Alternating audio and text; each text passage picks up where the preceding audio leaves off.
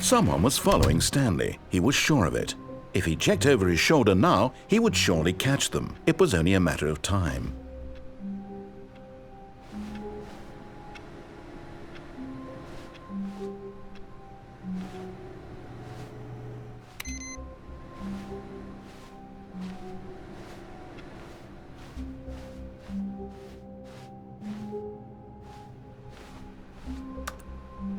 "Where are we going today?" the bucket asked. Stanley just smiled. Anywhere they went together would be perfectly fine with him.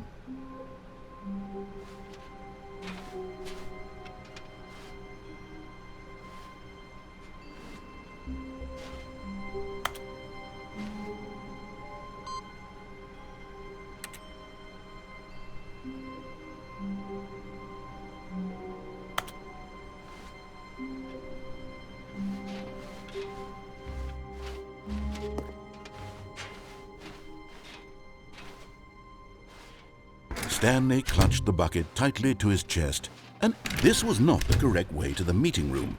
But Stanley had felt the bucket calling to him, telling him that the employee lounge was simply the place to be. And here it was. Had the bucket turned out to be correct? Was this... No, never mind. The bucket was wrong. Stanley took the door on his left to go back to the meeting room.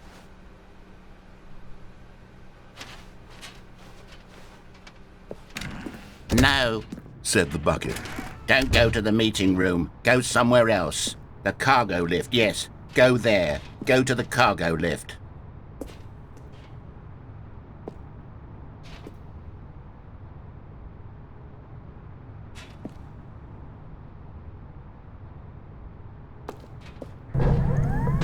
"Good," said the bucket.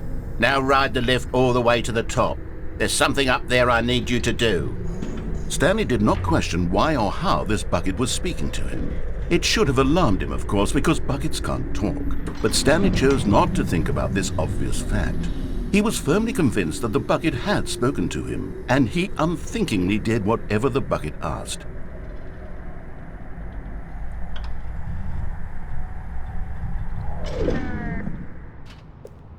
"In here," said the bucket. "Go into this dark room over here." Stanley once again obeyed blindly.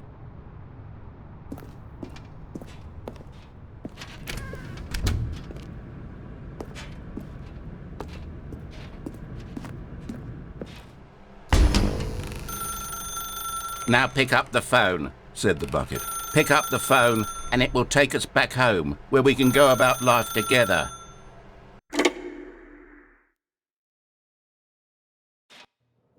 This is the sad story of a man named Stanley and his bucket. Once upon a time, I gave Stanley a bucket because I thought he was lonely and could use a friend. And then, very distressingly, he began to believe the bucket could speak to him.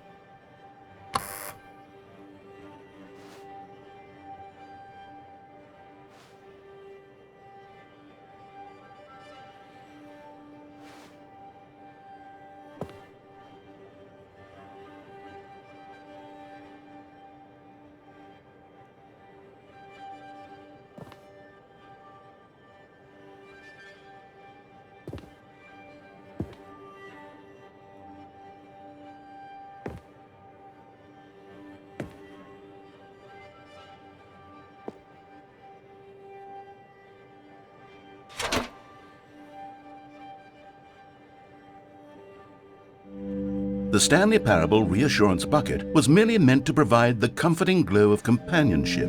It doesn't literally talk and give you orders.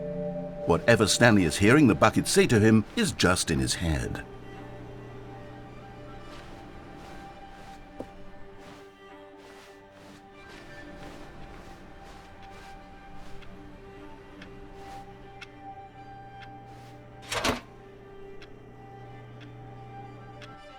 Lately, I've been concerned about him. Wouldn't you be concerned as well? To see him delusional like this, obsessing over an inanimate metal object? I want to say something to him, but I don't know how I can convince him. I don't know if he'll listen to me.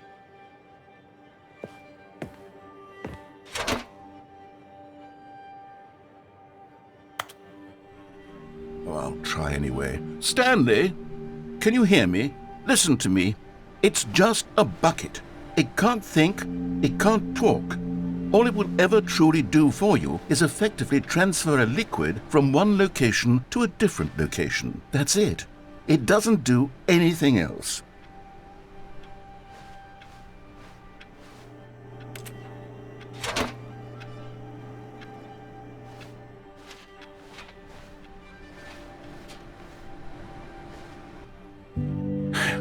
You see, he's not listening. He's still taking orders from the bucket. You know, once upon a time it was me he took orders from, me he trusted and listened to. Now all he cares about is his awful bucket, this stupid hunk of metal.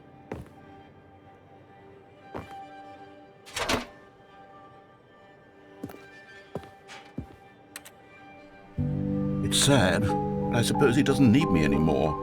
From now on, he's just going to cling to this bucket, this cold, empty bucket, this sort of shiny bucket. Well, I'll give it this. The bucket does have a nice shine to it.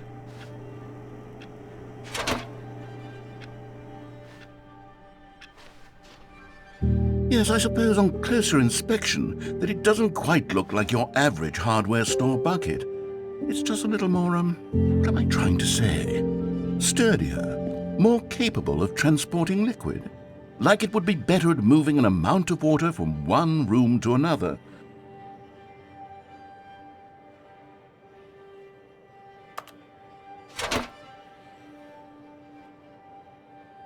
Oh my God, what am I saying? Better at carrying water from room to room. It's a bucket. It's literally just a bucket. Why do I feel some need to point out the ways in which it's so much more than just a regular bucket?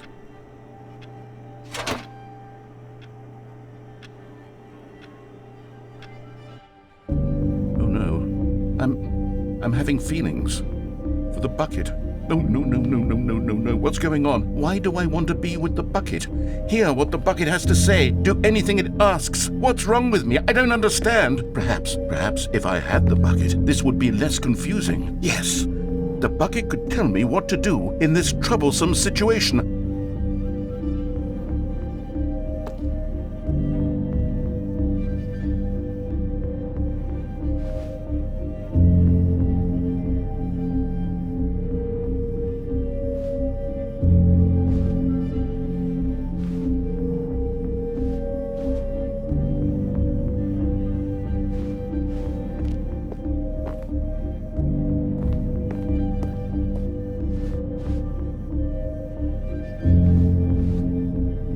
Stanley, give me the bucket. Give it to me. Give me the bucket, Stanley. I need it. Give it to me now. Give it, or I'll...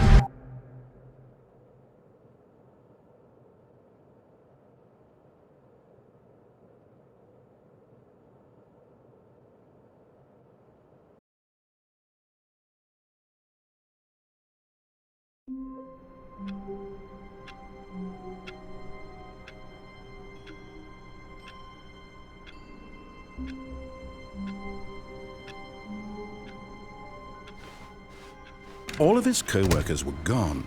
What could it mean? Stanley decided to go to the meeting room. Perhaps he had simply missed a memo.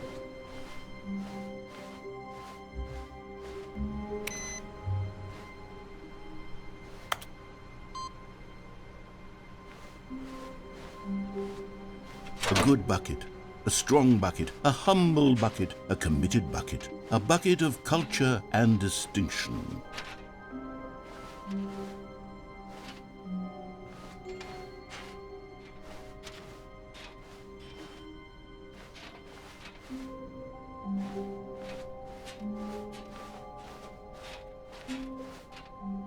Stanley clutched the bucket tightly to his chest and entered the door on it. This was not the correct way to the meeting room, but Stanley had felt the bucket calling to him, telling him that the employee lounge was simply the place to be. And here it was. Had the bucket turned out to be correct? No, never mind. The bucket was wrong. Stanley took the door on his left to go back to the meeting room. No, Said the bucket. don't go to the meeting room. Go somewhere else. The cargo lift, yes. Go there. Go to the cargo lift. Good, Said the bucket. now ride the lift all the way to the top. There's something up there I need you to do. Stanley did not question why or how this bucket was speaking to him. It should have alarmed him, of course, because buckets can't. But Stanley feared that any path he walked might lead to the separation of himself and the bucket, his dearest friend. So he threw himself to his death, that they might die in one another's arms. How deeply touching.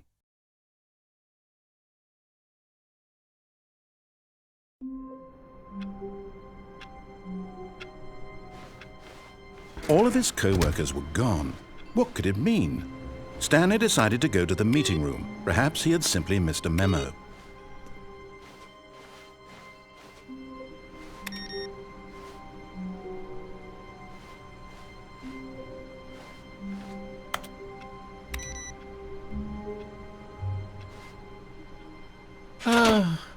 The embrace of an old friend, a weathered companionship that Stanley clung the bucket to his cheek. Could his co-workers really all be gone?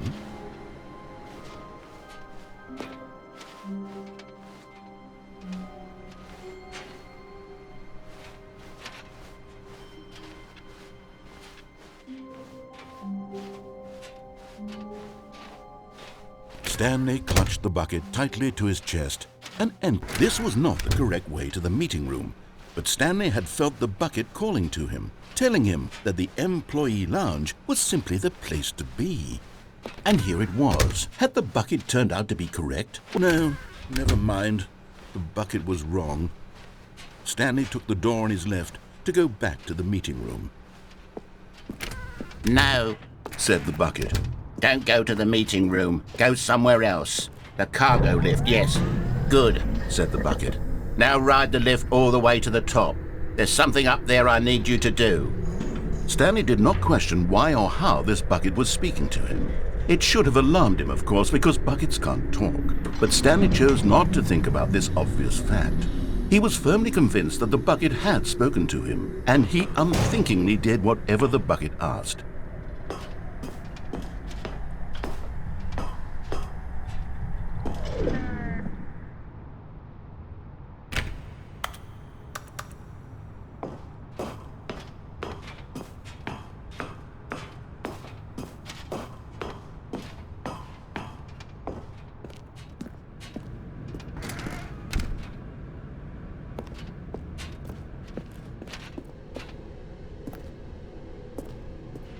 No, stop. Look there on the wall, you see? There's a sign right there. It says, "No buckets past this point." Stanley, how could you think it was okay to bring the bucket here? Unless, what if the problem is that you actually don't know what is a bucket and what isn't a bucket?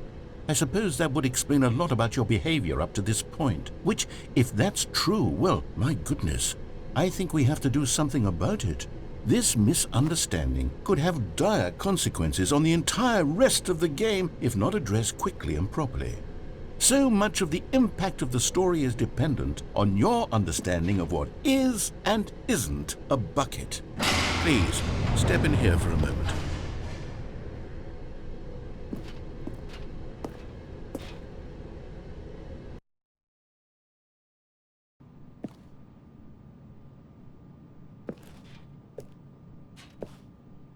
Now then, I'm going to run you through some test scenarios and you'll tell me whether or not the thing I'm showing you is a bucket. Simple enough, right? This should tell us everything we'll ever need to know about what is or is not a bucket. Okay, let's begin. Item 1. Is this a bucket? Incorrect. It is a hologram of a bucket, not an actual bucket.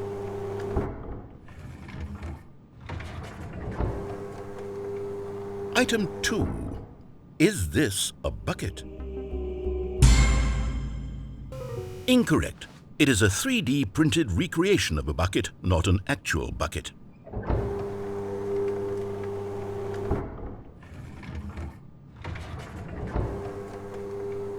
Item 3. Is this a bucket? Correct. This is a bucket.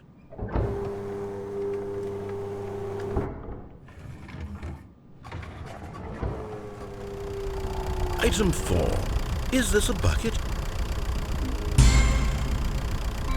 Correct. This is a tractor and not a bucket. To be honest, I just sort of put this one in here as a gimme, but I was starting to get concerned that even this might be too much for you. Thank you for not making me look like an idiot. Okay, next one.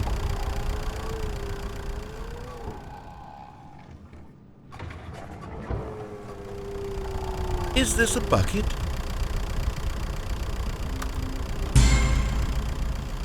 Incorrect. This is a bucket.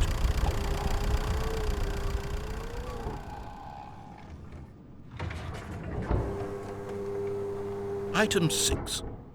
Is this a bucket? Trick question. Both. Gotcha.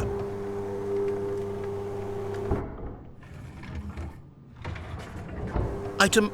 Wait, hold on. I can't find the next one. Let me see. It should be around here somewhere.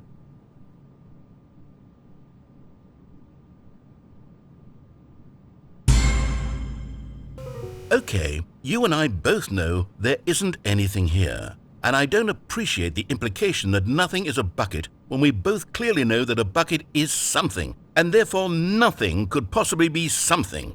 Unless, in your twisted mind, have you somehow convinced yourself that a bucket is nothing? Answer me straight, Stanley. Do you believe that nothing is a bucket?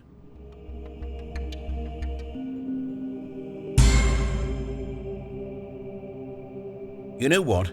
I'm too confused to even sort it out. I've lost all sense of perspective. What is a bucket? What isn't a bucket? Mere moments ago I could answer these questions with confidence, and yet now I'm somewhat adrift. Do any of us know what a bucket is? Am I a bucket? Stanley, I can't keep doing this. I'm losing myself, and myself was all I ever had to begin with. I'm afraid the bucket is threatening to tear our relationship apart. I can't have that. I'm sorry, but I'm going to erase all buckets from the game entirely. Okay, here we go.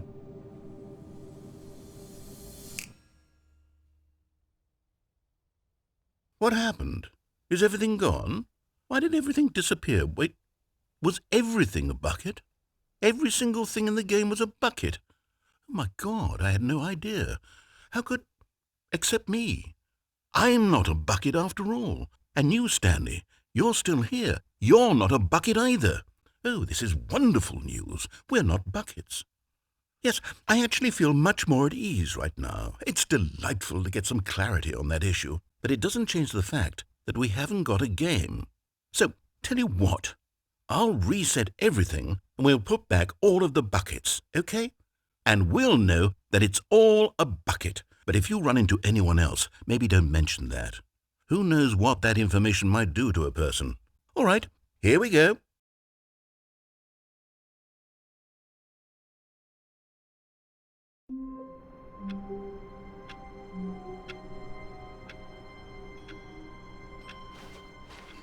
A soft wind blew outside and perhaps rain started, and if it did, it stopped shortly after. Stanley hoped that he would one day see weather.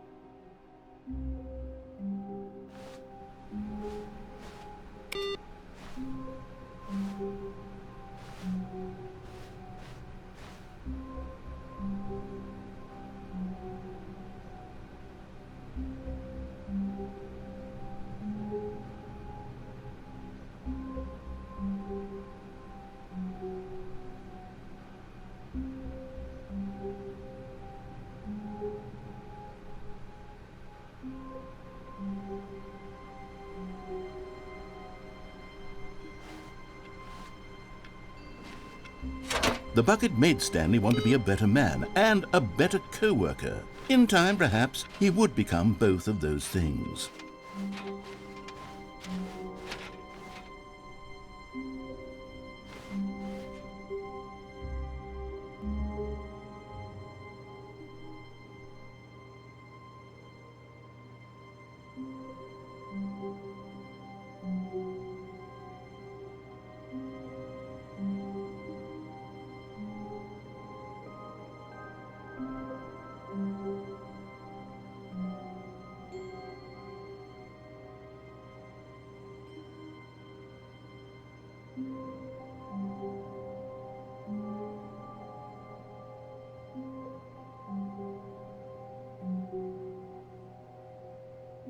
Stanley clutched the bucket tightly to his chest and entered